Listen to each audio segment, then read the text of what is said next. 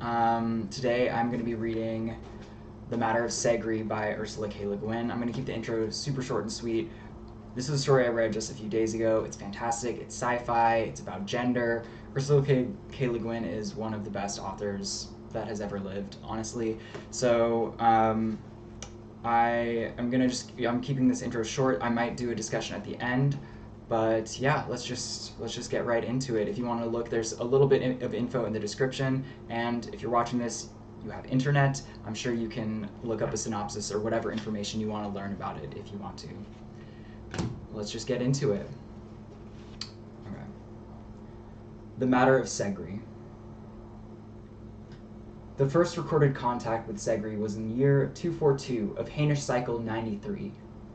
A wander ship 6 generations out from Io, for Taurus, came down on the planet, and the captain entered this report in his ship's log. Captain Aulau Olau's report. We have spent near 40 days on this world they call Seri or Yahari, well entertained, and leave with as good an estimation of the natives as is consonant with their unregenerate state. They live in fine great buildings they call castles, with large parks all about. Outside the walls of the parks lie well-tilled fields and abundant orchards, reclaimed by diligence from the parched and arid desert of stone that makes up the greatest part of the land. Their women live in villages and towns huddled outside the walls. All the common work of farm and mill is performed by the women, of whom there is a vast superabundance. They are ordinary drudges living in towns which belong to the lords of the castle. They live amongst the cattle and brute animals of all kinds, who are permitted into the houses, some of which are of fair size. These women go about drably clothed, always in groups and bands. They are never allowed within the walls of the park, leaving the food and necessaries with which they provide the men at the outer gate of the castle. They evinced great fear and distrust of us. A few of my men following some girls on the road, women rushed from the town like a pack of wild beasts, so that the men thought it best to return forthwith to the castle. Our host advised us that it were best for us to keep away from their towns, which we did. The men go freely about their great parks, playing at one sport or another. At night they go to certain houses which they own in the town, where they may have their pick among the women and satisfy their lust upon them as they will. The women pay them, we were told, in their money, which is copper, for a night of pleasure, and pay them yet more if they get a child on them. Their nights thus are spent in carnal satisfaction as often as they desire, and their days in a diversity of sports and games, notably a kind of wrestling, in which they throw each other through the air so that we marveled that they seemed to never take hurt, but rose up and returned to the combat with wonderful dexterity of hand and foot. Also they fence with blunt swords, and combat with long, light sticks. Also they play a game with balls on a great field, using the arms to catch or throw the ball, and the legs to kick the ball and trip or catch or kick the men of the other team, so that many are bruised and lamed in the passion of the sport, which was very fine to see, the teams in their contrasted garments of bright colors, much gauded out with gold and finery, seething now this way, now that, up and down the field, in a mass from which the balls were flung up and caught by runners, breaking free of the struggling crowd, and fleeting towards the one or the other goal with all the rest in hot pursuit. There is a battlefield, as they call it, of this game lying without the walls of the castle park, near to the town, so that the women may come, watch, and cheer, which they do heartily, calling out the names of favorite players, and urging them with many uncouth cries to victory. Boys are taken from the women at the age of 11, and brought to the castle to be educated as befits a man. We saw such a child brought into the castle with much ceremony and rejoicing. It is said that the women find it difficult to bring a pregnancy of a man-child to term, and that of those born, many die in infancy despite the care lavished upon them, so that there are far more women than men. In this we see the curse of God laid upon this race, as upon all those who acknowledge him not, unrepentant heathens, whose ears are stopped to true discourse and blind to the light. These men know little of art, only a kind of leaping dance, and their science is little beyond that of savages. One great man of a castle to whom I talked, who was dressed out in cloth of gold and crimson, and whom all called prince and grandsire, with much respect and deference, yet was so ignorant he believed the stars to be worlds full of people and beasts, asking us from which star we descended. They have only vessels driven by steam along the surface of the land and water, and no notion of flight either in the air or in space, nor any curiosity about such things, saying with disdain, "That is all women's work." And indeed, I found that if I asked these great men about matters of common knowledge, such as the working of machinery, the weaving of cloth, the transmission of holovision, they would soon chide me for taking interest in womanish things, as they called them, desiring me to talk as befit a man. In the breeding of their fierce cattle within the parks they are very knowledgeable, as in the sewing up of their clothing, which they make from cloth the women weave in their factories. The men vie in the ornamentation and magnificence of their costumes to an extent which we might indeed have thought scarcely manly, were they not withal such proper men, strong and ready for any game or sport, and full of pride in a most delicate and fiery honor. The log including Captain Olau's entries was, after a 12-generation journey, returned to the sacred archives of the universe on Iao, which were dispersed during the period called the Tumult, and eventually preserved in fragmentary form on Hain. There is no record of further contact with Segri until the first observers were sent by the Ecumen in 93-1333, an Altern man and a Hainish woman, Kaza Agad and G. Merriment. After a year in orbit mapping, photographing, recording, and studying broadcasts and analyzing and learning a major regional language, the observers landed. Acting upon a strong persuasion of the vulnerability of the planetary culture, they presented themselves as survivors of the wreck of a fishing boat, blown far off course from a remote island. They were, as they had anticipated, separated at once, Kaza Agad being taken to the castle, and Merriment into the town. Kaza kept his name, which was plausible in the native context. Merriment called herself Yuda. We have only her report, from which 3 excerpts follow. From Mobile, Jurindu Utahai Udawe Mendarada Merriment's notes for a report to the Ecumen 93-1334. 34-223. Their network of trade and information, hence their awareness of what goes on elsewhere in their world, is too sophisticated for me to maintain my stupid foreign castaway act any longer. Ekhau called me in today and said, "If we had a sire here who was worth buying, or if our teams were worth winning for their games, I'd think you were a spy. Who are you, anyhow?" I said, "Would you let me go to the college at Habka?" She said, "Why?" "There are scientists there, I think. I need to talk to them." This made sense to her. She made her noise of assent. Could my friend go there with me? Shask, you mean? We were both puzzled for a moment. She didn't expect a woman to call a man friend, and I hadn't thought of Shask as a friend. She's very young, and I haven't taken her very seriously. "I mean Kaza, the man I came with." "A man? To the college?" she said, incredulous. She looked at me and said, "Where do you come from?" It was a fair question, not asked in enmity or challenge. I wish I could have answered it, but I am increasingly convinced that we can do great damage to these people. We are facing Reshahavanar's choice here, I fear. Ekhau paid for my journey to Hakka, and Shas came along with me. As I thought about it, I saw that of course Shas was my friend. It was she who brought me into the mother house, persuading Ekha and Osman of their duty to be hospitable. It was she who had looked out for me all along. Only she was so conventional in everything she did and said that I hadn't realized how radical her compassion was. When I tried to thank her as our little jitney bus purred along the road to Habka, she said things like she always says, "Oh, we're all family," and "people have to help each other," and "nobody can live alone." "Don't women ever live alone?" I asked for her. For all the ones I've met belong to a mother house or a daughter house, whether a couple or a big family like Ekhau's, which is 3 generations, 5 older women, 3 of their daughters living at home, and 4 children. The boy they all coddle and spoil so, and 3 girls. "Oh yes," Shask said. "If they don't want wives, they can be single women. And old women, when their wives die, sometimes they just live alone until they die. Usually they go live at a daughter house. In the colleges, the Vev always have a place to be alone." Conventional she may be, but Shask always tries to answer a question seriously and completely. She thinks about her answer. She has been an invaluable informant. She's also made life easy for me by not asking questions about where I came from. I took this for the incuriosity of a person securely embedded in an unquestioned way of life, and for the self-centeredness of the young. Now I see it as delicacy. A Vev is a teacher?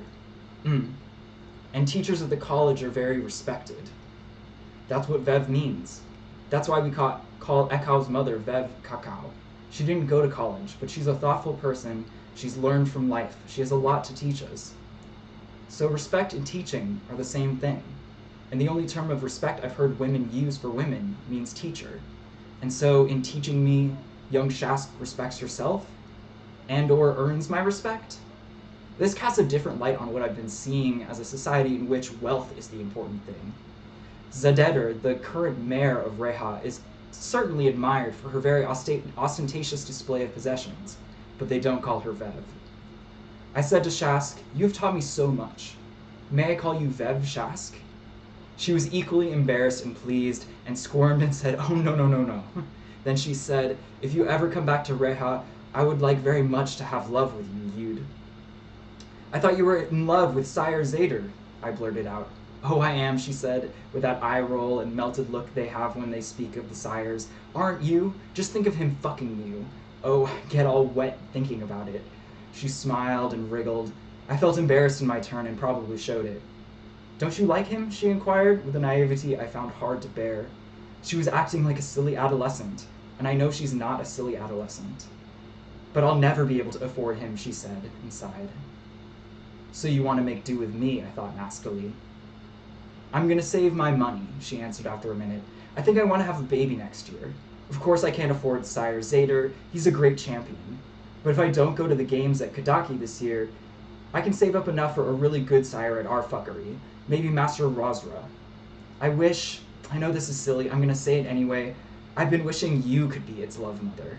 I know you can't, you have to go to the college. I just wanted to tell you, I love you." She took my hands, drew them to her face, pressed my palms on her eyes for a moment, and then released me. She was smiling, but her tears were on my hands. "Oh, Shask," I said, floored. "It's all right," she said. "I have to cry a minute." And she did. She wept openly, bending over, wringing her hands and wailing softly. I patted her arm and felt unutterably ashamed of myself. Other passengers looked round and made little sympathetic grunting noises. One old woman said, "That's it. That's right, lovey." In a few minutes, Shask stopped crying, wiped her nose and face on her sleeve, drew a long, deep breath, and said, "All right." She smiled at me. "Driver," she called, "I have to piss. Can we stop?" The driver, a tense-looking woman, growled something, but stopped the bus on the wide, weedy roadside, and Shask and another woman got off and pissed in the weeds. There is an enviable simplicity to many acts in a society which has, in all its daily life, only one gender, and which, perhaps, I don't know this, but it occurred to me then, while I was ashamed of myself, has no shame? 34-245, dictated. Still nothing from Kaza. I think I was right to give him the Ansible. I hope he's in touch with somebody. I wish it was me. I need to know what goes on in the castles. Anyhow, I understand better now what I was seeing at the games in Reha. There are 16 adult women for every adult man. One conception in 6 or so is male, but a lot of non-viable male fetuses and defective male births bring it down to 1 in 16 by puberty. My ancestors must have really had fun playing with these people's chromosomes. I feel guilty, even if it was a million years ago. I have to learn to do without shame, but I'd better not forget the one good use of guilt. Anyhow, a fairly small town like Reha shares its castle with other towns. That confusing spectacle I was taken to on my 10th day was Awaga Castle trying to keep its place in the main game against a castle from up north and losing. Which means Awaga's team can't play in the big game this year in Fadriga, the city south of here from which the winners go on to compete in the big game at Zask, where people come from all over the continent. Hundreds of contestants and thousands of spectators. I saw some hollows of last year's main game at Zask. There were 1,280 players, the comment said, and 40 balls in play. It looked to me like a total mess, my idea of a battle between 2 unarmed armies, but I gathered that great skill and strategy is involved. All the members of the winning team get a special title for the year, and another one for life, and bring glory back to their various castles and the towns that support them. I can now get some sense of how this works, see the system from outside it, because the college doesn't support a castle. People here aren't obsessed with sports and athletes and sexy sires the way the young women in Reha were, and some of the older ones. It's a kind of obligatory obsession. Cheer your team, support your brave men, adore your local hero. It makes sense. Given their situation, they need strong, healthy men at their fuckery. It's a social selection reinforcing natural selection. But I'm glad to get away from the rah-rah and the swooning and the posters of fellows with swelling muscles and huge penises and bedroom eyes. I have made Risarhabanar's choice. I choose the option less than the truth. Shagrad and Skoder and the other teachers, professors we'd call them, are intelligent, enlightened people, perfectly capable of understanding the concept of space travel, etc., making decisions about technological innovation, etc. I limit my answers to their questions to technology. I let them assume, as most people naturally assume, particularly people from a monoculture, that our society is pretty much like theirs. When they find how it differs, the effect will be revolutionary, and I have no mandate, reason, or wish to cause such a revolution on Segri. Their gender imbalance has produced a society in which, as far as I can tell, the men have all the privilege and the women have all the power. It's obviously a stable arrangement. According to their histories, it's lasted at least 2 millennia, and probably in some form or another, much longer than that. But it could be quickly and disastrously destabilized by contact with us, by their experiencing the human norm. I don't know if the men would cling to their privileged status or demand freedom, but surely the women would resist giving up their power, and their sexual system and affectational relationships would break down. Even if they learned to undo the genetic program that was inflicted on them, it would take several generations to restore normal gender distribution. I can't be the whisper that starts that avalanche. 34-266, dictated. Skoder got nowhere with the men of Awaga Castle. She had to make her inquiries very cautiously, since it would endanger Kaza if she told them he was an alien, or in any way unique. They'd take it as a claim of superiority, which he'd have to defend in trials of strength and skill. I gather that the hierarchies within the castles are a rigid framework within which a man moves up or down, issuing challenges and winning or losing obligatory and optional trials. The sports and games the women watch are only the showpieces of an endless series of competitions going on inside the castles. As an untrained, grown man, Kaza would be at a total disadvantage in such trials. The only way he might get out of them, she said, would be by feigning illness or idiocy. She thinks he must have done so since he is at least alive, but that's all she could find out. The man who was cast away at Taha Reha is alive.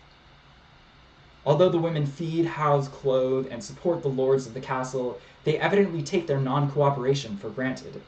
She seemed glad to get even that scrap of information, as I am. But we have to get Kaza out of there. The more I hear about it from Skoder, the more dangerous it sounds. I keep thinking, spoiled brats. But actually these men must be more like soldiers in the training camps that militarists have. Only the training never ends. As they win trials, they gain all kinds of titles and ranks you could translate as generals, and other names militarists have for all of their power grades. Some of the generals, the lords and masters and so on, are sports idols, the darlings of the fuckeries, like the one poor Shask adored. But as they get older, apparently, they often trade glory among the women for power among the men, and become tyrants within their castle, bossing the lesser men around until they're overthrown, kicked out. Old sires often live alone, it seems, in little houses away from the main castle, and are considered crazy and dangerous, rogue males. It sounds like a miserable life. All they're allowed to do after age 11 is compete at games and sports inside the castle, and compete in the fuckeries after they're 15 or so for money and number of fucks and so on. Nothing else. No options, no trades, no skills of making, no travel unless they play in the big games. They aren't allowed into the colleges to gain any kind of freedom of mind. I asked Skoder why an intelligent man couldn't at least come study in the college, and she told me that learning was very bad for men. It weakens a man's sense of honor, makes his muscles flabby, and leaves him impotent. What goes to the brain takes from the testicles, she said. Men have to be sheltered from education for their own good. I tried to be water, as I was taught, but I was disgusted. Probably she felt it because after a while she told me about the secret college. Some women in colleges do smuggle information to men in castles. The poor things meet secretly and teach each other.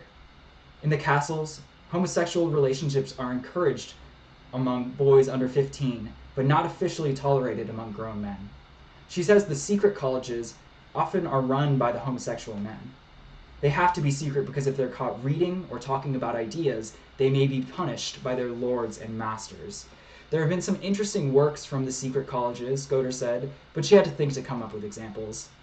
One was a man who had smuggled out an interesting mathematical theorem, and one was a painter whose landscapes, though primitive in technique, were admired by professionals of the art. She couldn't remember his name.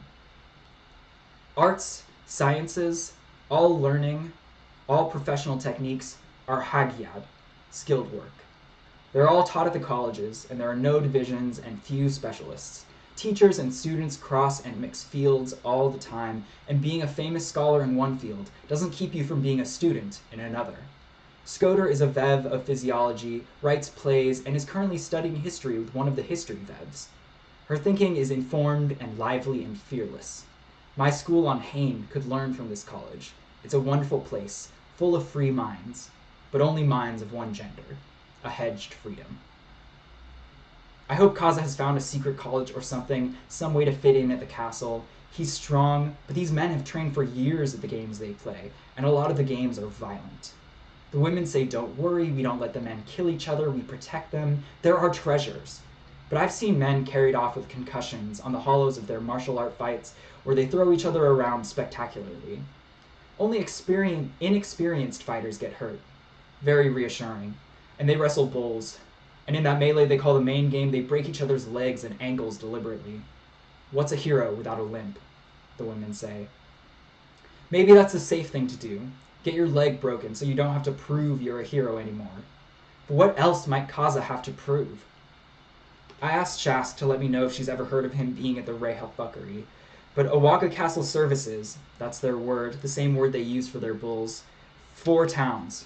So he might get sent to one of the others, but probably not, because men who don't win at things aren't allowed to go to the fuckeries. Only the champions, and boys between 15 and 19. The ones the older women call dipida, baby animals, puppy, kitty, lamby. They use the dipida for pleasure. They only pay for a champion when they go to the fuckery to get pregnant. But Kaza's 36. He isn't a puppy or a kitten or a lamb. He's a man. And this is a terrible place to be a man. Kaza Agad had been killed. The lords of Awaga Castle finally disclosed the fact, but not the circumstances. A year later, Merriment radioed her lander and left Segri for Hain. Her recommendation was to observe and avoid. The stables, however, decided to send another pair of observers. These were both women, Mobiles Eli Iyu and Zarin Wu. They lived for 8 years on Segri, after the 3rd year as first Mobiles. Iyu stayed as ambassador another 15 years. They made Reheshavanar's choice as all the truth, slowly. A limit of 200 visitors from off-world was set. During the next several generations, the people of Segri, becoming accustomed to the alien presence, considered their own options as members of the Ecumen. Proposals for a planet-wide referendum on genetic alteration were abandoned, since the men's vote would be insignificant unless the women's vote were handicapped. As of the date of this report, the Segri have not undertaken major genetic alteration, although they have learned and applied various repair techniques which have resulted in a higher proportion of full-term male infants. The gender balance now stands at about 12-1. The following is a memoir given to Ambassador Erethio Teves in 93-1569 by a woman in Ush on Segri. You ask me, dear friend, to tell you anything I might like people on other worlds to know about my life and my world. That's not easy. Do I want anybody anywhere else to know anything about my life? I know how strange we seem to all the others, the half and half races. I know they think us backward, provincial, even perverse. Maybe in a few more decades, we'll decide that we should remake ourselves. I won't be alive then. I don't think I'd want to be. I like my people. I like our fierce, proud, beautiful men. I don't want them to become like women. I like our trustful, powerful, generous women. I don't want them to become like men. And yet I see that among you, each man has his own being and nature. Each woman has hers, and I can hardly say what it is I think we would lose. When I was a child, I had a brother 1.5 years younger than me. His name was Itu. My mother had gone to the city and paid 5 years' savings for my sire, a master champion in the dancing. Itu's sire was an old fellow at our village fuckery. They called him Master Fallback. He'd never been a champion at anything, hadn't sired a child for years, and was only too glad to fuck for free. My mother always laughed about it. She was still suckling me. She didn't even use a preventative, and she tipped him 2 coppers. When she found herself pregnant, she was furious. When they tested and found it was a male fetus, she was even more disgusted at having, as they say, to wait for the miscarriage. But when Itu was born sound and healthy, she gave the old sire 200 coppers and all the cash she had. He wasn't delicate like so many boy babies, but how can you keep from protecting and cherishing a boy? I don't remember when I wasn't looking after Itu, with it all very clear in my head what little brother should do and shouldn't do and all the perils I must keep him from. I was proud of my responsibility, and vain too, because I had a brother to look after. Not one other mother house in my village had a son still living at home. Itu was a lovely child, a star. He had the fleecy soft hair that's common in my part of Ush, and big eyes. His nature was sweet and cheerful, and he was very bright.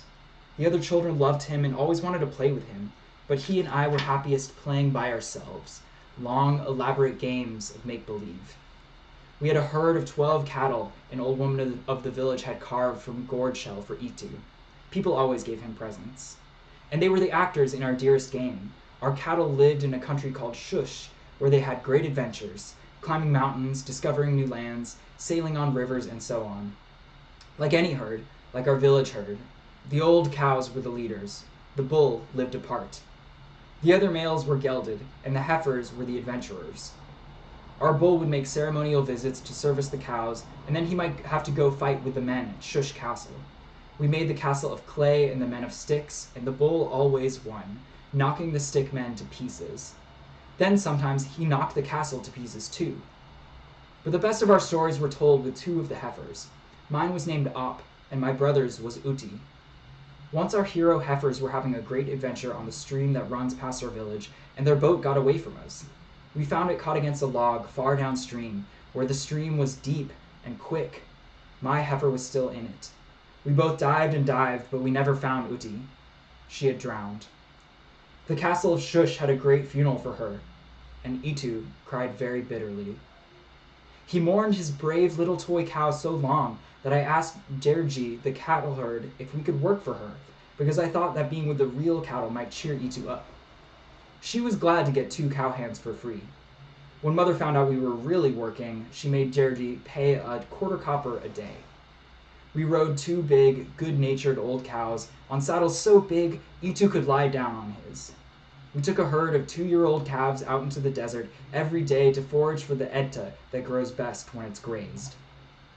We were supposed to keep them from wandering off and from trampling stream banks, and when they wanted to settle down and chew the cud, we were supposed to gather them in a place where their droppings would nourish useful plants. Our old mounts did most of the work. Mother came out and checked on what we were doing and decided it was all right, and being out in the desert all day was certainly keeping us fit and healthy. We loved our riding cows, but they were serious-minded and responsible, rather like the grown-ups in our mother house. The calves were something else. They were all riding breed, not fine animals, of course, just village bred, but living on Edta they were fat and had plenty of spirit. Itu and I rode them bareback with a rope rein. At first we always ended up on our own backs watching a calf's heels and tail flying off. By the end of the year, we were good riders, and took to training our mounts to tricks, trading mounts at a full run, and horn vaulting. Itu was a marvelous horn vaulter. He trained a big 3-year-old roan ox with lyre horns, and the 2 of them danced like the finest vaulters of the great castles that we saw on the hollows.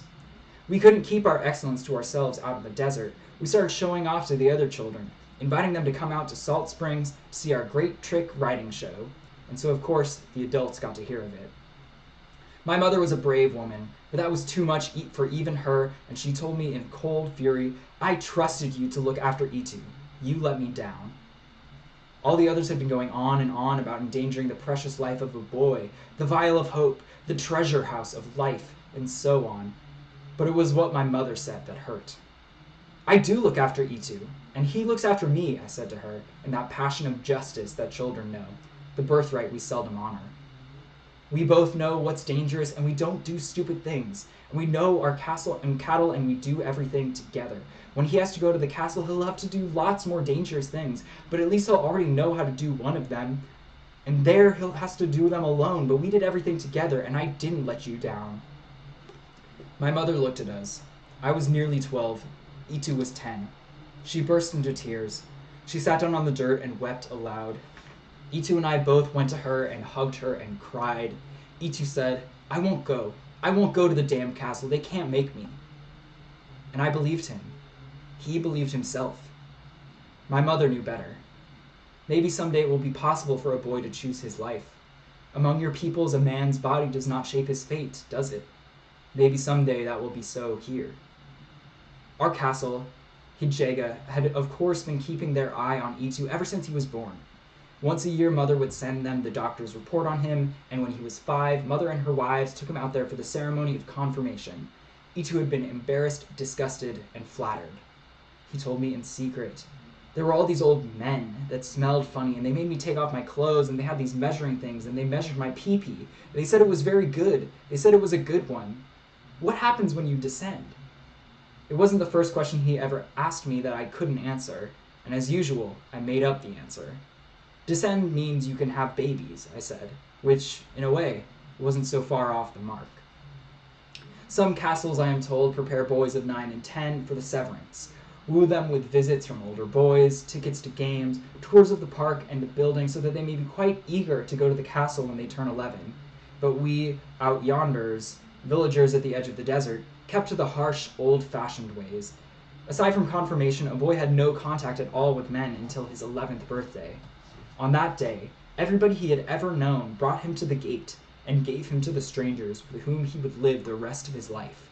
Men and women alike believed and still believe that this absolute severance makes the man. Vev Ushigi, who had borne a son and had a grandson, and had been mayor 5 or 6 times, and was held in great esteem even though she never had much money, heard Itu say that he wouldn't go to the damned castle. She came next day to our mother house and asked to talk to him. He told me what she said. She didn't do any wooing or sweetening.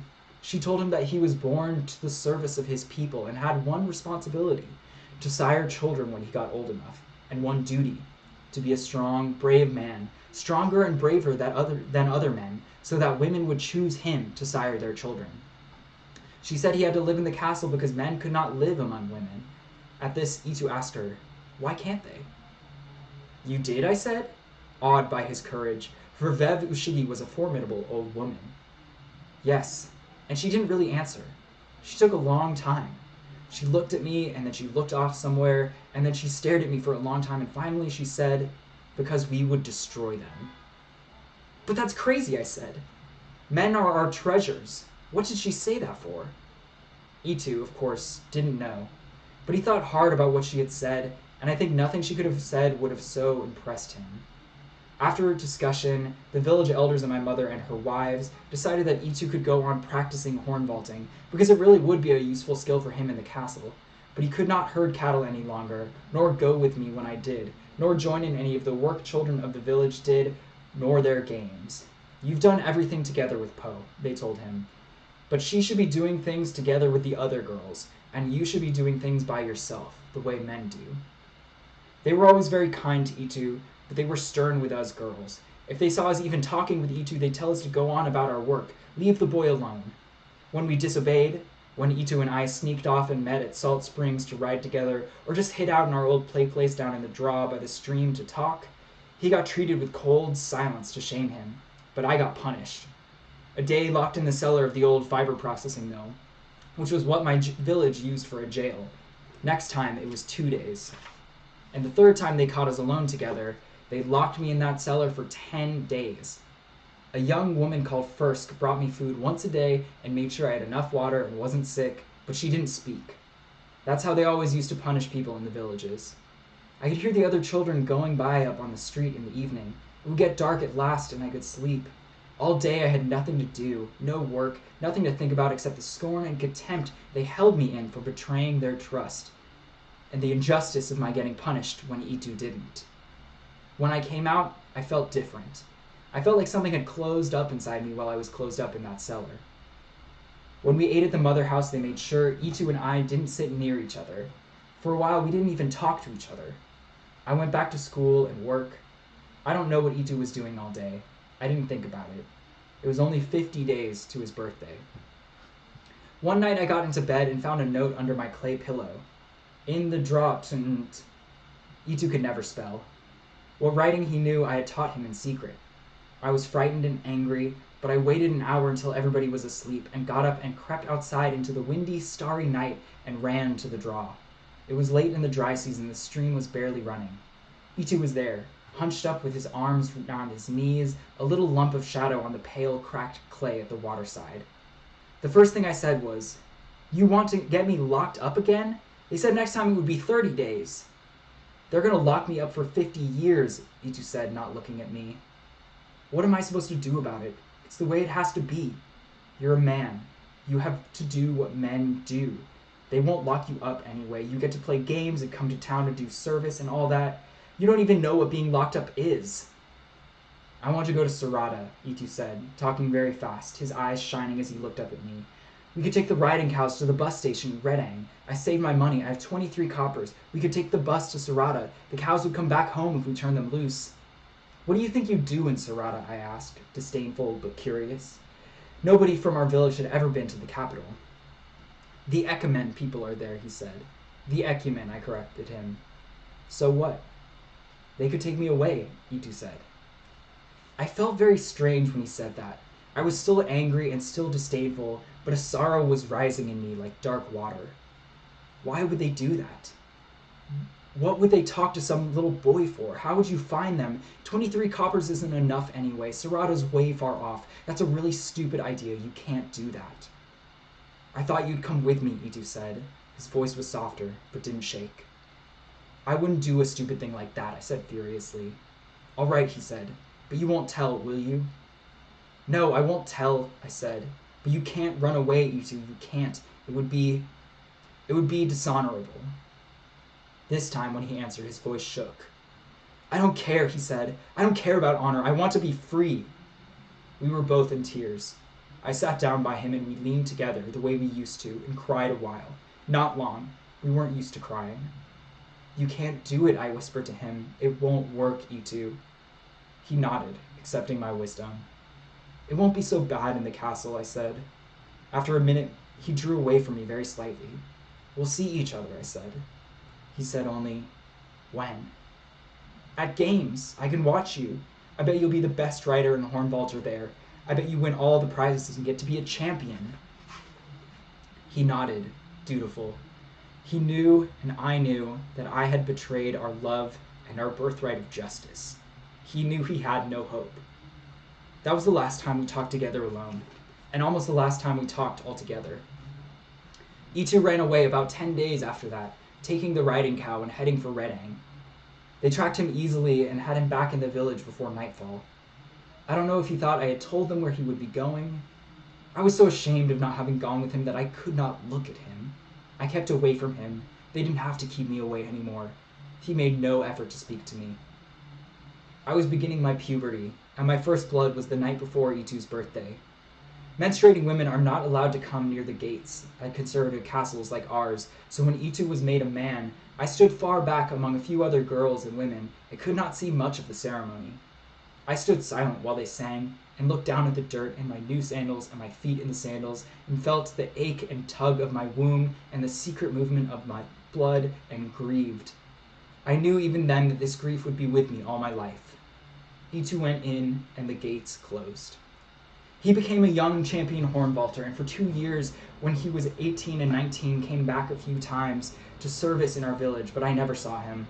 One of my friends fucked with him and started to tell me about it, how nice he was, thinking I'd like to hear, but I shut her up and walked away in a blind rage, which neither of us understood. He was traded away to a castle on the east coast when he was 20. When my daughter was born, I wrote him, and several times after that, but he never answered my letters. I don't know what I've told you about my life and my world. I don't know if it's what I want you to know. It's what I had to tell. The following is a short story written in 93-1586 by a popular writer of the city of Adder, Segri. The classic literature of Segri was always the narrative poem and the drama. Classical poems and plays were written collaboratively in the original version and also by rewriters of subsequent generations, usually anonymous. Small value was placed on preserving a true text, since the work was seen as an ongoing process. Probably under ecumenical influence, individual writers in the late 16th century began writing short prose narratives, historical and fictional. The genre became popular, particularly in the cities, though it never obtained the immense audience of the great classical epics and plays. Literally everyone knew the plots, and many quotations from the epics and plays, from books and hollow, and almost every adult woman had seen or participated in a staged performance of several of them. They were one of the principal unifying influences of the Segrian monoculture. The prose narrative, read in silence, served rather as a device by which the culture might question itself, and a tool for individual moral self-examination. Conservative Segrian women disapproved of the genre as antagonistic to the intensely cooperative, collaborative structure of their society. Fiction was not included in the curriculum of the literature departments of the colleges, and was often dismissed contemptuously. Fiction is for men. Segri published 3 books of stories. Her bare, blunt style is characteristic of the Segrian short story. Love Out of Place by Segri. Azak grew up in a mother house in the downriver quarter near the textile mills. She was a bright girl, and her family and neighborhood were proud to gather the money to send her to college. She came back to the city as a starting manager at one of the mills. Azak worked well with other people. She prospered. She had a clear idea of what she wanted to do in the next few years, to find 2 or 3 partners with whom to found a daughter house and a business. A beautiful woman in the prime of youth, Azak took great pleasure in sex, especially liking intercourse with men. Though she saved money for her plan of founding a business, she also spent a good deal at the fuckery, going there often, sometimes hiring 2 men at once. She liked to see how they incited each other to prowess beyond what they would have achieved alone, and shamed each other when they failed. She found a flaccid penis very disgusting, and did not hesitate to send away a man who could not penetrate her 3 or 4 times in an evening. The castle of her district bought a young champion at the Southeast Castle's dance tournament, and soon sent him to the fuckery. Having seen him dance in the finals on the holovision and been captivated by his flowing, graceful style and his beauty, Azak was eager to have him service her. His price was twice that of any other man there, but she did not hesitate to pay it. She found him handsome and amiable, eager and gentle, skillful and compliant. In their first evening, they came to orgasm together 5 times. When she left, she gave him a large tip. Within the week, she was back asking for Tadra. The pleasure he gave her was exquisite, and soon she was quite obsessed with him. "I wish I had you all to myself," she said to him one night, as they lay still conjoined, languorous and fulfilled. "That is my heart's desire," he said. "I wish I were your servant. None of the other women that come here arouse me. I don't want them. I only want you." She wondered if he was telling the truth. The next time she came, she inquired casually of the manager if Tadra were as popular as they had hoped. "No," the manager said. "Everybody else reports that he takes a lot of arousing, and is sullen and careless toward them." "How strange," Azak said. "Not at all," said the manager. "He's in love with you." "A man in love with a woman?" Azak said and laughed. "It happens all too often," the manager said.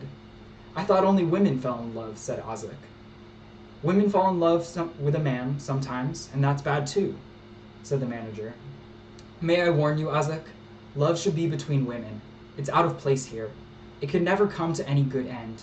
I hate to lose the money, but I wish you'd fuck with some of the other men and not always ask for Tadra. You're encouraging him, you see, in something that does harm to him." "But he and you are making lots of money from me," said Azak, still taking it as a joke. "He'd make more from other women if he wasn't in love with you," said the manager. To Azak that seemed a weak argument against the pleasure she had in Tadra, and she said, "Well, he can fuck them all when I'm done with him, but for now, I want him." After their intercourse that evening, she said to Tadra, "The manager here says you're in love with me." "I told you I was," Tadra said. "I told you I wanted to belong to you, to serve you, you alone. I would die for you, Azak." "That's foolish," she said. "Don't you like me? Don't I please you?" "More than any man I ever knew," she said, kissing him. "You are beautiful and utterly satisfying, my sweet Tadra." "You don't want any of the other men here, do you?" he asked. "No, they're all ugly fumblers compared to my beautiful dancer." Listen then, he said, sitting up and speaking very seriously. He was a slender man of 22, with long, smooth-muscled limbs, wide-set eyes, and a thin-lipped, sensitive mouth. Isaac lay stroking his thigh, thinking how lovely and lovable he was. I have a plan, he said. When I dance, you know, in the story dances, I play a woman, of course. I've done it since I was 12. People always say they can't believe I really am a man. I play a woman so well. If I escaped from here, from the castle, as a woman, I could come to your house as a servant. What? Cried Isaac, astounded. I could live there, he said urgently, bending over her. With you. I would always be there. You could have me every night. It would cost you nothing except my food. I would serve you, service you, sweep your house, do anything, Isaac. Please, my beloved, my mistress, let me be yours. He saw that she was still incredulous and hurried on. You could send me away when you got tired of me. If you tried to go back to the castle after an escapade like that, they'd whip you to death, you idiot. I'm valuable, he said. They punished me, but they wouldn't damage me. You're wrong. You haven't been dancing, and your value here has slipped because you don't perform well with anyone but me. The manager told me so. Tears stood in Todra's eyes. Isaac disliked giving him pain, but she was genuinely shocked at his wild plan. And if you were discovered, my dear, she said more gently, I would be utterly disgraced. It is a very childish plan, Todra. Please never dream of such a thing again. But I am truly, truly fond of you. I adore you and want no other man but you. Do you believe that, Todra? He nodded, restraining his tears. He said, for now. For now and for a long, long, long time. My dear, sweet, beautiful dancer, we have each other as long as we want. Years and years. Only do your duty by the other women that come, so you don't get sold away by your castle, please. I couldn't bear to lose you, Todra. And she clasped him passionately in her arms, and arousing him at once, opened to him, and soon both were crying out in the throes of delight. Though she could not take his love entirely seriously, since what could come of such a misplaced emotion except such foolish schemes as he had proposed? Still, he touched her heart, and she felt a tenderness toward him that greatly enhanced the pleasure of their intercourse. So for more than a year, she spent 2 or 3 nights a week with him at the fuckery, which was as much as she could afford. The manager, still trying to discourage his love, would not lower Todra's fee, even though he was unpopular among the other clients of the fuckery, so Isaac spent a great deal of money on him, although he would never, after the first night, accept a tip from her. Then a woman who had not been able to conceive with any of the sires of the fuckery tried Todra, and at once conceived, and being tested, found the fetus to be a male. Another woman conceived by him, again, a male fetus. At once, Todra was in demand as a sire. Women began coming from all over the city to be serviced by him. That meant, of course, that he must be free during their period of ovulation. There were now many evenings that he could not meet Isaac, for the manager was not to be bribed. Todra disliked his popularity, but Isaac soothed and reassured him, telling him how proud she was of him, and how his work would never interfere with their love. In fact, she was not altogether sorry that he was so much in demand, for she had found another person with whom she wanted to spend her evenings. This was a young woman named Zeder, who worked in the mill as a machine repair specialist. She was tall and handsome. Isaac noticed first how freely and strongly she walked, and how proudly she stood. She found a pretext to make her acquaintance. It seemed to Isaac that Zeder admired her, but for a long time each behaved to the other as a friend only, making no sexual advances. They were much in each other's company, going to games and dances together, and Isaac found that she enjoyed this open and sociable life better than always being in the fuckery alone with Todra. They talked about how they might set up a machine repair service in partnership. As time went on, Isaac found that Zeder's beautiful body was always in her thoughts. At last, one evening in her single woman's flat, she told her friend that she loved her, but did not wish to burden their friendship with an unwelcome desire. Zeder replied, I have wanted you ever since I first saw you, but I didn't want to embarrass you with my desire. I thought you preferred men. Until now I did, but I want to make love with you, Isaac said. She found herself quite timid at first, but Zeder was expert and subtle, and could prolong Isaac's orgasms until she found such consummation as she had not dreamed of. She said to Zeder, You have made me a woman. Then let's make each other wives, said Zeder joyfully. They married, moved to a house in the west of the city, and left the mill, setting up in business together. All this time, Azek had said nothing of her new love to Tadra, whom she had seen less and less often. A little ashamed of her cowardice, she reassured herself that he was so busy performing as a sire that he would not really miss her. After all, despite his romantic talk of love, he was a man, and to a man, fucking is the most important thing, instead of being merely one element of love and life as it is to women. When she married Zeder, she sent Tadra a letter saying that their lives had drifted apart, and she was now moving away and would not see him again, but would always remember him fondly. She received an immediate answer from Tadra, a letter begging her to come and talk with him, full of avowals of unchanging love, badly spelled and almost illegible. The letter touched, embarrassed, and shamed her, and she did not answer it. He wrote again and again and tried to reach her on the HoloNet at her new business. Zeder urged her not to make any response, saying it would be cruel to encourage him. Their new business went well from the start. They were home one evening busy chopping vegetables for dinner when there was a knock at the door. "Come in," Zeder called, thinking it was Chochi, a friend they were considering as a third partner. A stranger entered, a tall, beautiful woman with a scarf over her hair. The stranger went straight to Azek, saying in a strangled voice, Azek, please, please let me stay with you." The scarf fell back from his long hair. Azek recognized Tadra. She was astonished and a little frightened, but she had known Tadra a long time and been very fond of him, and this habit of affection made her put out her hands to him in greeting. She saw fear and despair in his face and was sorry for him. But Zeder, guessing who he was both ashamed and angry. She kept the chopping knife in her hand. She slipped from the room and called the city police. When she returned, she saw the man pleading with Azek to let him stay hidden in their household as a servant. "I will do anything," he said. "Please, Azek, my only love, please. I can't live without you. I can't service those women, those strangers who only want to be impregnated. I can't dance anymore. I think only of you. You are my only hope. I will be a woman. No one will know. I'll cut my hair. No one will know." So he went on, almost threatening in his passion, but pitiful also. Zeder listened coldly, thinking he was mad. Azek listened with pain and shame. No, it is not possible," she said, over and over, but he would not hear. When the police came to the door and he realized who they were, he bolted to the back of the house seeking escape. The policewomen caught him in the bedroom.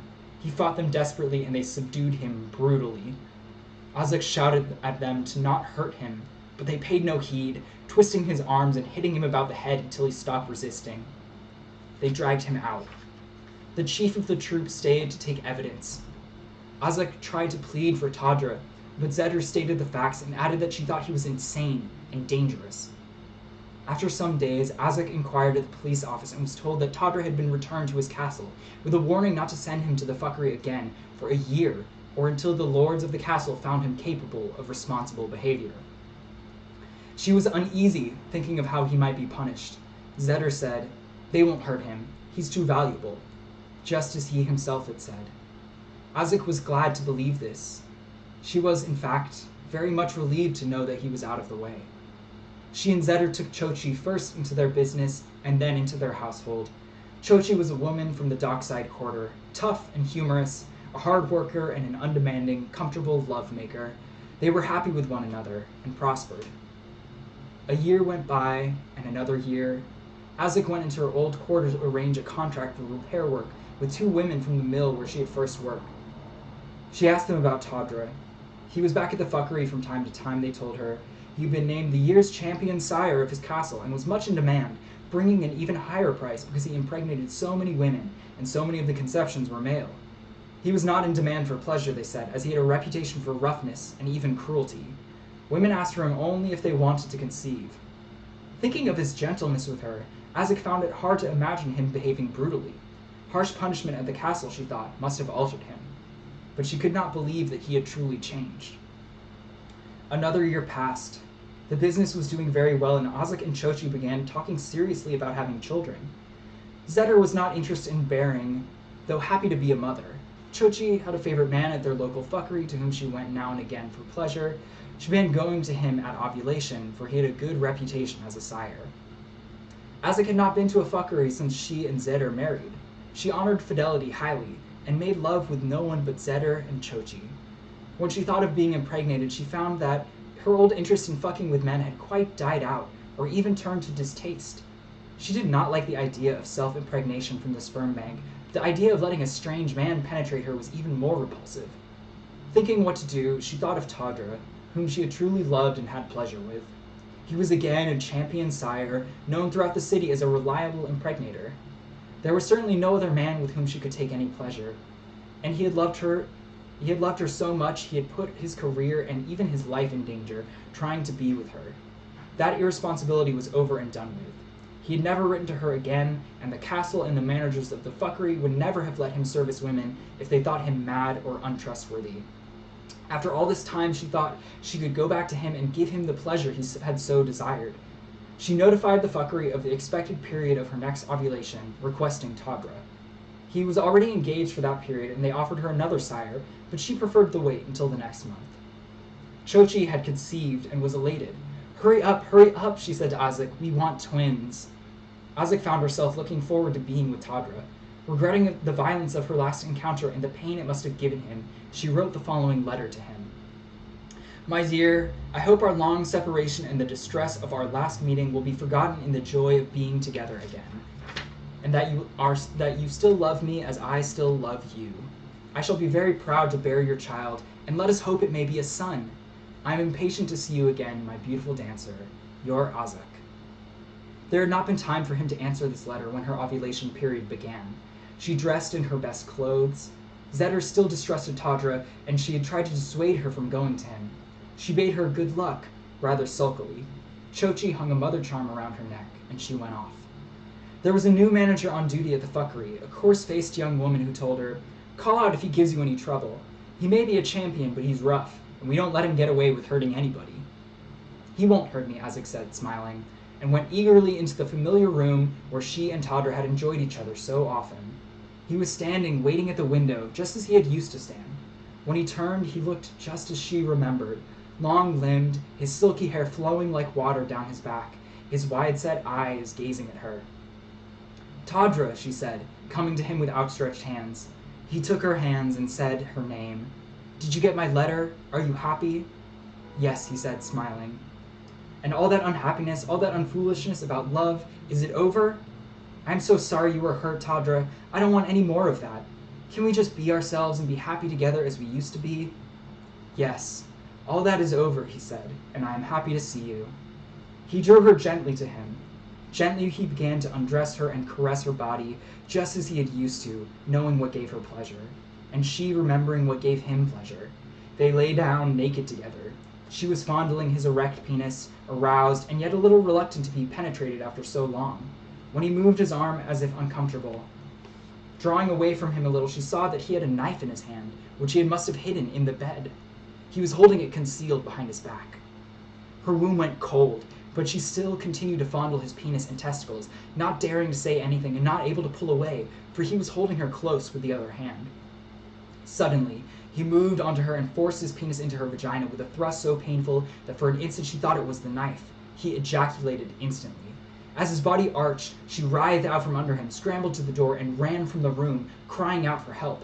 He pursued her, striking with the knife, stabbing her in the shoulder blade before the manager and other women and men seized him. The men were very angry and treated him with a violence which the manager's protests did not lessen. Naked, bloody, and half-conscious, he was bound and taken away immediately to the castle. Everyone now gathered around Azik, and her wound, which was slight, was cleaned and covered. Shaken and confused, she could ask only, "What will they do to him?" "What do you think they'll do to a murdering rapist? Give him a prize?" the manager said. "They'll geld him." "But it was my fault," Azik said. The manager stared at her and said, "Are you mad? Go home." She went back into the room and mechanically put on her clothes. She looked at the bed where they had lain. She stood at the window where Tadra had stood.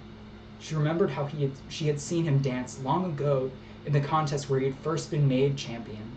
She thought, "My life is wrong," but she did not know how to make it right.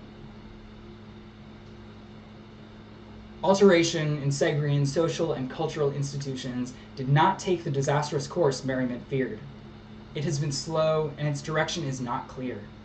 In 93-1602, Terhata College invited men from 2 neighboring castles to apply as students, and 3 men did so. In the next decades, most colleges opened their doors to men. Once they were graduated, male students had to return to their castle, unless they left the planet, since native men were not allowed to live anywhere but as students in the college or in a castle, until the Open Gate Law was passed in 93-1662. Even after the passage of that law, the castles remained closed to women, and the exodus of men from the castles was much slower than opponents of the measure feared.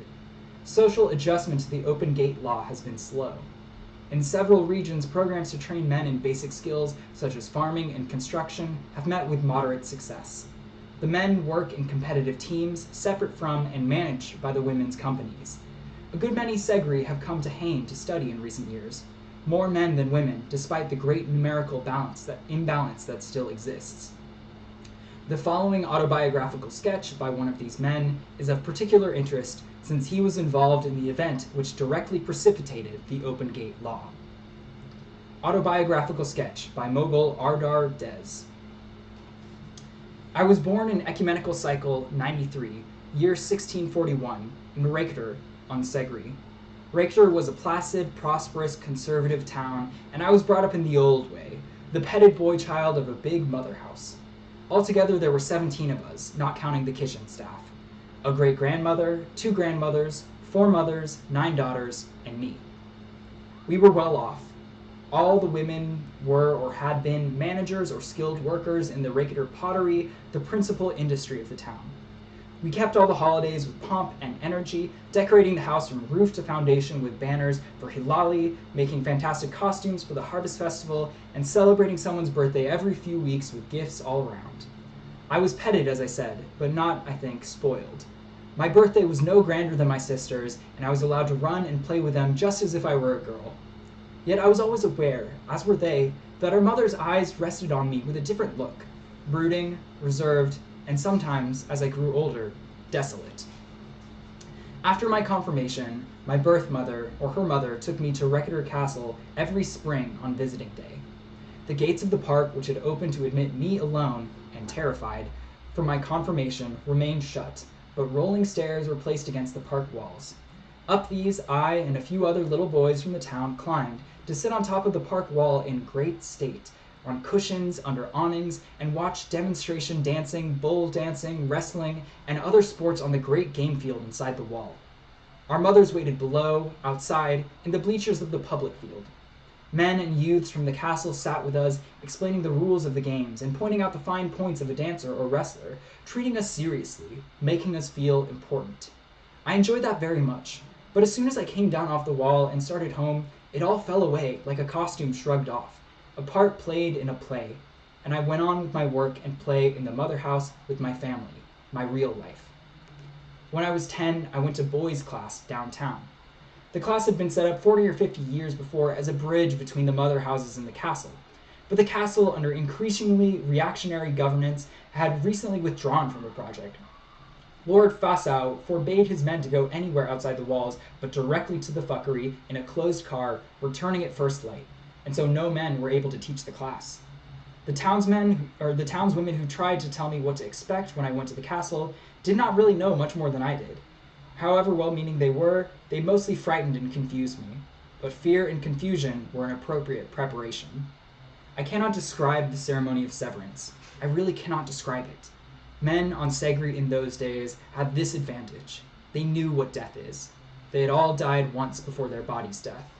They had turned and looked back at their whole life, every place and face they had loved, and turned away from it as the gate closed. At the time of my severance, our small castle was internally divided into collegials and traditionals, a liberal faction left from the regime of Lord Ishag and a younger, highly conservative faction. The split was already disastrously wide when I came to the castle. Lord Fassau's rule had grown increasingly harsh and irrational. He governed by corruption, brutality, and cruelty. All of us who lived there were, of course, infected, and would have been destroyed if there had not been a strong, constant moral resistance centered around Ragas and Kohadrat, who had been protégés of Lord Ishag. The two men were open partners. Their followers were all the homosexuals in the castle and a good number of other men and older boys. My first days and month in the Scrubs dormitory were a bewildering alternation, terror, hatred, shame, as the boys who had been there a few months or years longer than I were incited to humiliate and abuse the newcomer in order to make a man of him, and comfort, gratitude, love, as boys who had come under the influence of the collegials offered me secret friendship and protection. They helped me in the games and competitions and took me into their beds at night, not for sex, but to keep me from the sexual bullies. Lord Fasow detested adult homosexuality and would have reinstituted the death penalty if the town council had allowed it. Though he did not dare punish Ragaz and Kohadrat, he punished consenting love between older boys with bizarre and appalling physical mutilations, ears cut into fringes, fingers branded with red-hot iron rings, yet he encouraged the older boys to rape the 11 and 12-year-olds as a manly practice. None of us escaped. We particularly dreaded 4 youths, 17 or 18 years old when I came there, who called themselves the Lordsmen. Every few nights they raided the scrubs' dormitory for a victim, whom they raped as a group. The collegials protected us as best they could by ordering us to their beds, where we wept and protested loudly, while they pretended to abuse us, laughing and jeering. Later in the dark and silence they comforted us with candy, and sometimes, as we grew older, with a desired love, gentle and exquisite in its secrecy. There was no privacy at all in the castle.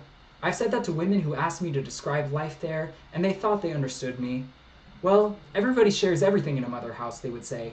Everybody's in and out of the rooms all the time. You're never really alone unless you have a single woman's flat. I could not tell them how different the loose, warm commonality of the mother house was from the rigid, deliberate publicity of the 40-bed, brightly lighted castle dormitories. Nothing in Reykjavik was private, only secret, only silent. We ate our tears. I grew up. I take some pride in that, along with my profound gratitude to the boys and men who made it possible.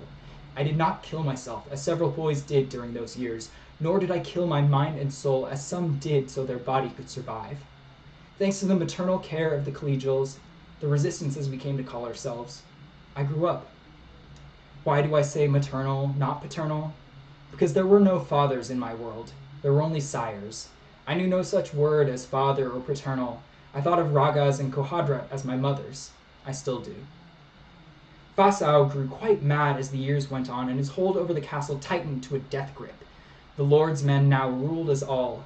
They were lucky in that we still had a strong main game team, the pride of Fasow's heart, which kept us in the first league, as well as 2 champion sires in steady demand at the town fuckeries. Any protest the resistance tried to bring to the town council could be dismissed as typical male whining, or laid to the demoralizing influence of the aliens. From the outside, Reykjavik Castle seemed all right. Look at our great team. Look at our champion studs. The women looked no further. How could they abandon us? The cry every Segrian boy must make in his heart. How could she leave me here? Doesn't she know what it's like? Why doesn't she know? Doesn't she want to know? Of course not, Raga said to me when I came to him in a passion of righteous indignation, the town council having denied our petition to be heard. Of course they don't want to know how we live. Why do they never come into the castles? Oh, we keep them out, yes. But do you think we could keep them out if they wanted to enter? My dear, we collude with them and they with us in maintaining the great foundation of ignorance and lies on which our civilization rests. Our own mothers abandon us, I said. Abandon us? Who feeds us, clothes us, houses us, pays us? We're utterly dependent on them. If ever we made ourselves independent, perhaps we could rebuild society on a foundation of truth. Independence was as far as his vision could reach, yet I think his mind groped further towards what he could not see, the body's obscure, inalterable dream of mutuality. Our effort to make our case heard at the council had no effect except within the castle. Lord Fasow saw his power threatened. Within a few days, Ragaz was seized by the lordsmen and their bully boys, accused of repeated homosexual acts and treasonable plots, arraigned and sentenced by the lord of the castle. Everyone was summoned to the game field to witness the punishment. A man of 50 with a heart ailment. He'd been a main game racer in his 20s and had overtrained. Ragaz was tied naked across a bench and beaten with Lord Long, a heavy leather tube filled with lead weights. The lordsman Burhead, who wielded it, struck repeatedly at the head, the kidneys, and the genitals. Ragaz died an hour or two later in the infirmary. The Reykjavik mutiny took shape that night. Kohadrat, older than Ragaz and devastated by his loss, could not restrain or guide us. His vision had been of a true resistance, long-lasting and non-violent, through which the lordsmen would in time destroy themselves. We had been following that vision. Now we let it go. We dropped the truth and grabbed weapons. How you play is what you win, Cohadrit said. But we had heard all those old saws. We would not play the patience game anymore. We would win, now, once for all. And we did. We won. We had our victory. Lord Fasau, the lordsmen, and their bullies had been slaughtered by the time the police got to the gate. I remember how those tough women strode in among us, staring at the rooms of the castle which they had never seen, staring at the mutilated bodies, eviscerated, castrated, headless, at Lordsman Burhead, who had been nailed to the floor with Lord Long stuffed down his throat. At us, the rebels, the victors, with our bloody hands and defiant faces. At Cohadrit, whom we thrust forward as our leader, our spokesman. He stood silent. He ate his tears. The women drew closer to one another, clutching their guns, staring around. They were appalled. They thought us all insane. Their utter incomprehension drove one of us at last to speak, a young man, Tarsk, who wore the iron ring that had been forced onto his finger when it was red hot. They killed Ragas, he said. They were all mad. Look. He held out his crippled hand. The chief of the troop, after a pause, said, "No one will leave here until this is all looked into," and marched her women out of the castle, out of the park, locking the gate behind them, leaving us with our victory. The hearings and judgments on the Raker mutiny were all broadcast, of course, and the event has been studied and discussed ever since. My own part in it was the murder of Lordsman Tatiti. 3 of us set on him and beat him to death with exercise clubs in the gymnasium where we had cornered him. How we played was what we won. We were not punished. Men were sent from several castles to form a government over Raker Castle. They learned enough of Fossau's behavior to see the cause of our rebellion, but the contempt of even the most liberal of them for us was absolute. They treated us not as men, but as irresponsible creatures, untamable cattle. If we spoke, they did not answer. I do not know how long we could have endured that cold regime of shame. It was only 2 months after the mutiny that the World Council enacted the Open Gate Law. We told one another that that was our victory. We made that happen.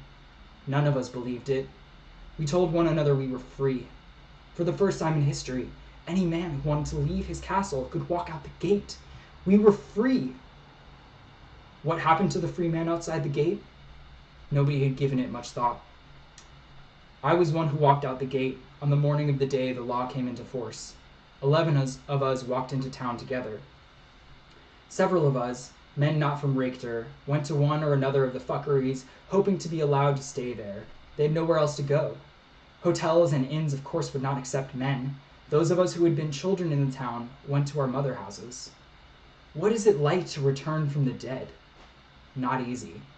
Not for the one who returns, nor for his people. The place he occupied in their world was closed up, ceased to be. Filled with accumulated change, habit, the doings and needs of others, he has been replaced. To return from the dead is to be a ghost, a person for whom there is no room. Neither I nor my family understood that at first. I came back to them at 21, as trustingly as if I were the 11-year-old who left them, and they opened their arms to their child. But he did not exist. Who was I? For a long time, months, we refugees from the castle hid in our mother houses. The men from other towns all made their way home, usually by begging a ride with teams on tour.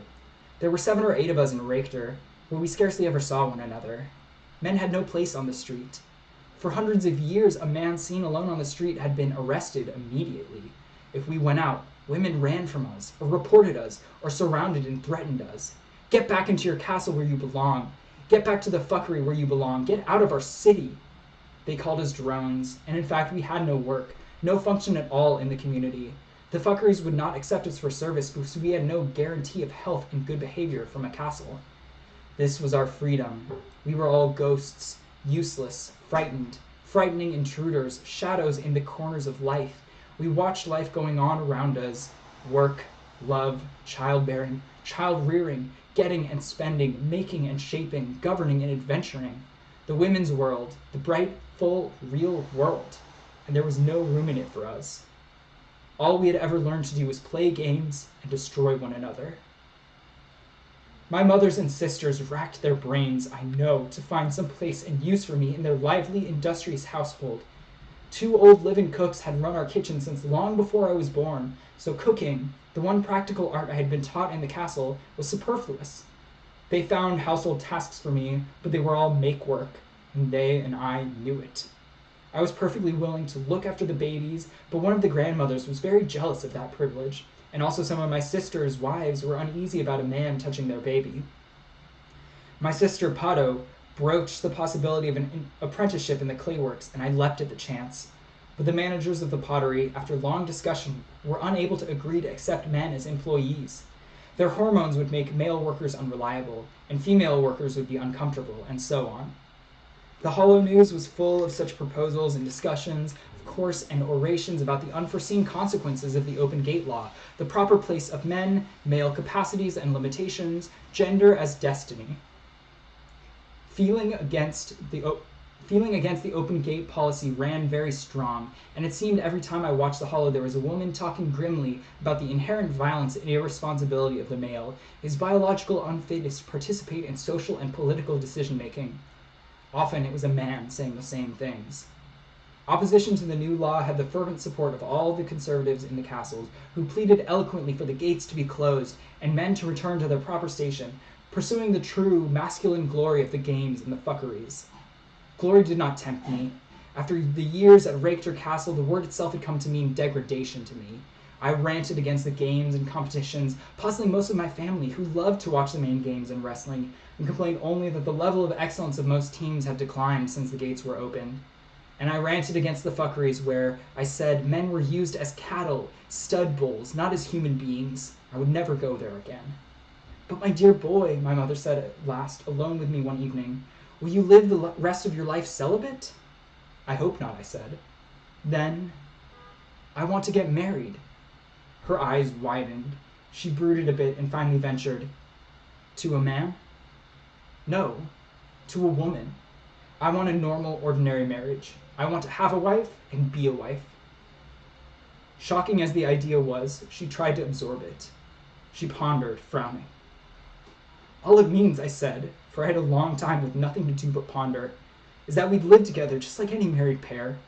We'd set up our own daughter house and be faithful to each other, and if she had a child, I'd be its love mother along with her. There isn't any reason why it wouldn't work. Well, I don't know. I don't know of any, said my mother, gentle and judicious and never happy at saying no to me. But you do have to find the woman, you know. I know, I said glumly. It's such a problem for you to meet people, she said. Perhaps if you went to the fuckery... I don't see why your own mother house couldn't guarantee you just as well as a castle. We could try? But I passionately refused. Not being one of Fasal's sycophants, I had seldom been allowed to go to the fuckery, and my few experiences there had been unfortunate. Young, inexperienced, and without recommendation, I had been selected by older women who wanted a plaything. Their practiced skill at arousing me had left me humiliated and enraged. They patted and tipped me as they left. That elaborate mechanical excitation and their condescending coldness were vile to me after the tenderness of my lover protectors in the castle. Yet women attracted me physically as men never had. The beautiful bodies of my sisters and their wives all around me constantly now, clothed and naked, innocent and sensual, the wonderful heaviness and strength and softness of women's bodies kept me continually aroused. Every night I masturbated, fantasizing my sisters in my arms. It was unendurable. Again I was a ghost, a raging, yearning impotence in the midst of untouchable reality. I began to think I would have to go back to the castle. I sank into a deep depression, an inertia, a chill darkness of the mind. My family, anxious, affectionate, busy, had no idea what to do for me or with me. I think most of them thought in their hearts that it would be best if I went back through the gate. One afternoon, my sister Pato, with whom I had been closest as a child, came into my room. They had cleared out a dormer attic for me, so that I had room at least in the literal sense. She found me in my now constant lethargy, lying on bed doing nothing at all. She breezed in, and with the indifference women often show to moods and signals, plumped down on the foot of the bed and said, "Hey, what do you know about the man who's here from the Ecumen?" I shrugged and shut my eyes. I had been having rape fantasies lately. I was afraid of her. She talked on about the off-worlder who was apparently in Reykjavik to study the mutiny. He wants to talk to the resistance, she said. Men like you, the men who opened the gates. He says they won't come forward, as if they are ashamed of being heroes. Heroes, I said. The word in my language is gendered female. It refers to the semi-divine, semi-historic protagonists of the epics. It's what you are, Pato said, intensity breaking through her assumed breeziness. You took responsibility in a great act. Maybe you did it wrong. Sasume did it wrong in the founding of Emo, didn't she? She let Farder get killed, but she was still a hero. She took the responsibility. So did you. You ought to talk to this alien. Tell him what happened. Nobody really knows what happened at the castle. You owe us the story. That was a powerful phrase among my people. The untold story mothers the lie, was the saying. The doer of any notable act was held literally accountable for it to the community. So why should I tell it to an alien, I said, defensive of my inertia. Because he'll listen, my sister said dryly. We're all too damn busy. It was profoundly true. Pato had seen a gate for me and opened it, and I went through it, having just enough strength and sanity left to do so. Mobile Noam was a man in his 40s, born some centuries earlier on Terra, trained on Hain, widely traveled. A small, yellow-brown, quick-eyed person, very easy to talk to. He did not seem at all masculine to me at first. I kept thinking he was a woman, because he acted like one. He got right to business, with none of the maneuvering to assert his authority or jockeying for position that men of my society felt obligatory in any relationship with another man. I was used to men being wary, indirect, and competitive. Noam, like a woman, was direct and receptive. He was also as subtle and powerful as any man or woman I had known, even Raba's.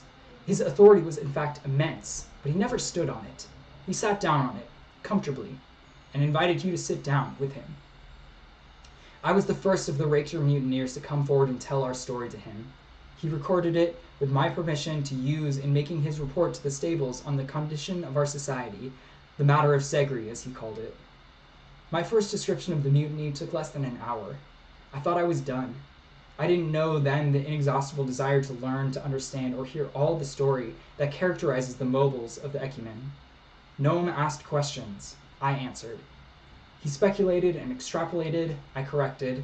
He wanted details. I furnished them, telling the story of the mutiny, of the years before it, of the men of the castle, of the women of the town, of my people, of my life, little by little, bit by bit, all in fragments, a muddle. I talked to Noam daily for a month. I learned that the story has no beginning and no story has an end. The story is all muddle, all middle.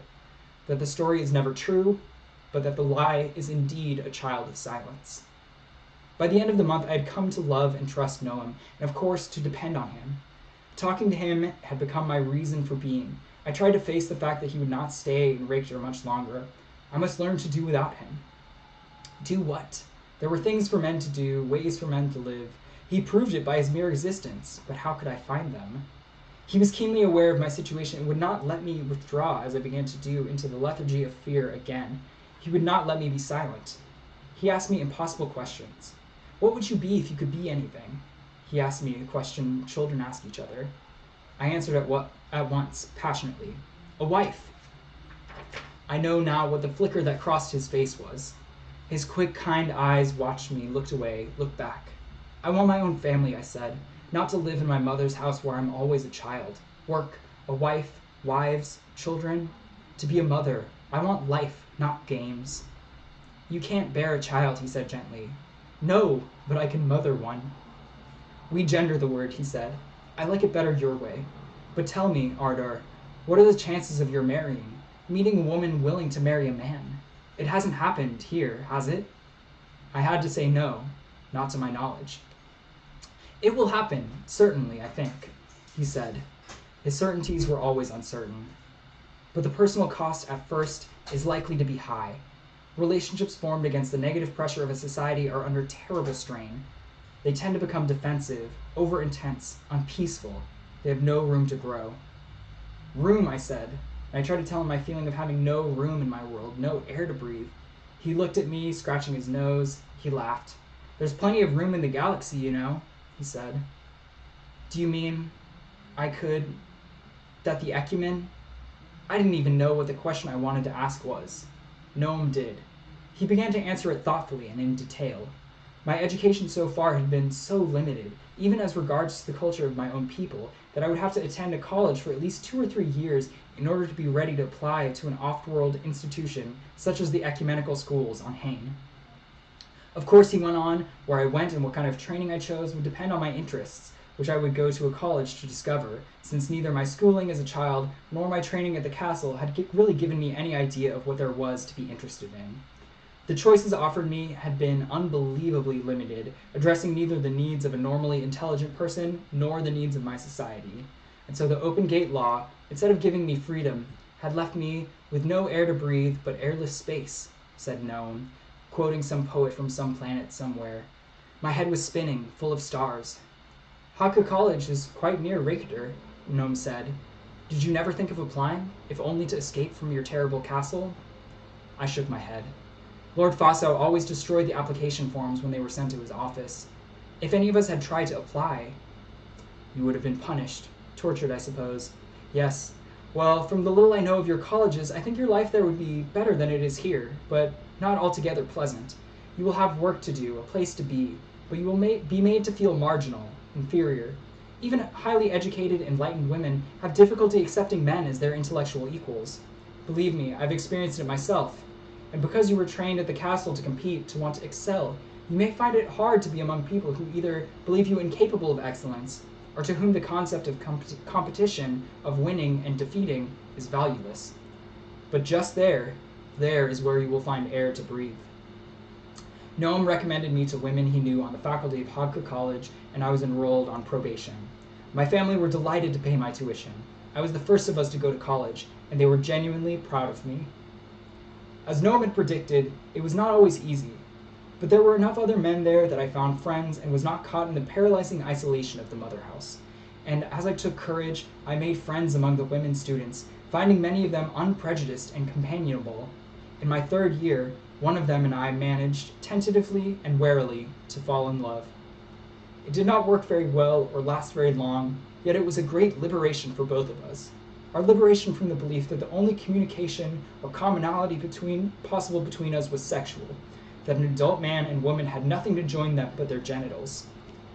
Emitter loathed the professionalism of the fuckery as I did, and our lovemaking was always shy and brief. Its true significance was not as a consummation of desire, but as proof that we could trust each other. Where our real passion broke loose was when we lay together talking, telling each other what our lives had been, how we felt about men and women and each other and ourselves, what our nightmares were, what our dreams were. We talked endlessly, in a communion that I will cherish and honor all my life. 2 young souls, finding their wings, flying together, not for long, but high. The first flight is the highest. Mater has been dead 200 years. She stayed on Segri, married into a mother house, bore 2 children, taught at Hakka, and died in her 70s. I went to Hain, to the ecumenical schools, and later to Werrell and Yowie as part of the Mobile's staff. My record is herewith enclosed. I have written this sketch of my life as part of my application to return to Segri as a mobile of the ecumen. I want very much to live among my people, to learn who they are, now that I know with at least an uncertain certainty who I am.